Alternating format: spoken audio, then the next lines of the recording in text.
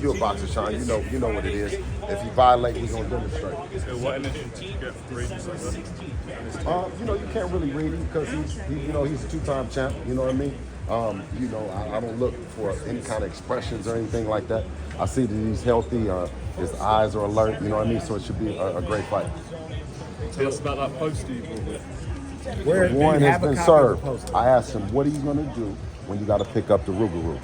And if he comes like he's supposed to come, then he's gonna get knocked out. But if he run like a bitch and not stand on business, then it might go longer than it should.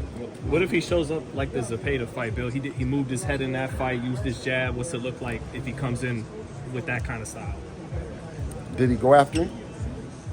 Pretty much, yeah, he did. Well, he'd yeah. go to sleep. What did you say to Evans in the face? What did you say to Evans in the face? I don't know what I responded to him. Nothing that I can really remember. Something about towing the line, telling him to cross the line. There was something about a line that he was saying. I know it's kind of a whirlwind when you're up there. Oh yeah, the well, adrenaline you draw energy's the flowing. line. You know what I'm saying? You can say a lot of shit, but then once you draw the line, then all the other shit happens after that. How much of you predicting a stoppage if he comes forward is Devin's power improving at 140? You know what I'm saying? This is boxing. He's talked a whole lot of shit, and he said, called us a lot of obscenities and stuff like that. And I said, well, stand on business then, and you're going to get knocked out. You know what I'm saying? This is boxing. So let's see. Let's see if he's as crazy as he says he is. Let's see if he's as disrespectful as he says he is. And I promise you, he's going to go to sleep. But I think he's a lot smarter than that. I think he's fooling y'all. So it sounds like you guys are looking to step to the middle of the ring and get it on from the opening bell with not much space between you guys. Is that accurate? I mean, we did that with the best fighter in the business and Lomachenko outside of us.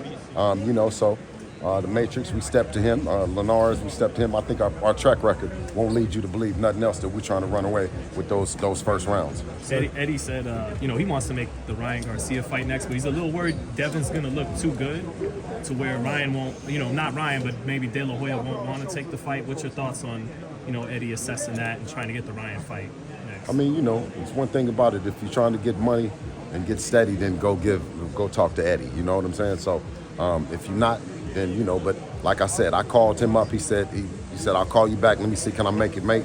And, we've always had a great relationship. So I don't see why, if Ryan felt the same way, why it couldn't happen. Now, obviously, this is a big fight, the biggest fight to ever come to Chase Center. The only fight to come to Chase Center is hometown of Devin Haney, you guys being here. And, of course, obviously, the excitement is here for you guys. Now, that being said, is there any intensity growing when it comes to the fact that he is the challenger going against champs? Well, that's what we did it for, Queen. You know what I'm saying? To come here and bring a guy like that. And, this is where we started at. This is where, we developed that chip on our shoulder. You know what I mean? So to come back here as a challenger, knowing that, we have a worthy opponent like Regis Progrias means the world to me. I'm very proud of Devin for choosing me. And talk to us about the braveness of bringing a guy like Regis Progrias, a known puncher, a dangerous guy in his Absolutely. division. You're not going to get on the Mount Rushmore of boxing by not doing things like that. Devin has been consistent about him. That's what his place is. That's what he looks to be, is to be a legend in the sport and to be remembered forever.